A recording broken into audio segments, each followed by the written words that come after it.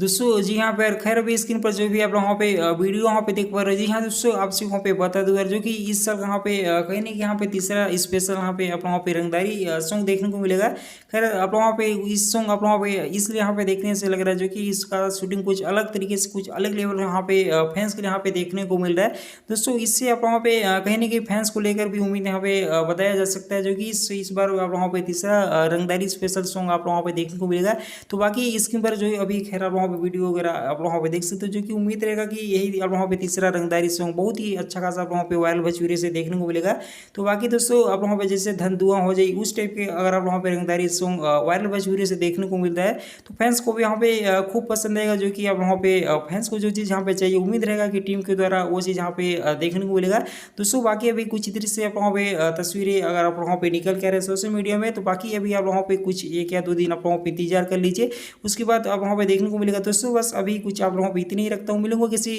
Next video में। जय हिंद, जय भोजपुरी, लव यू।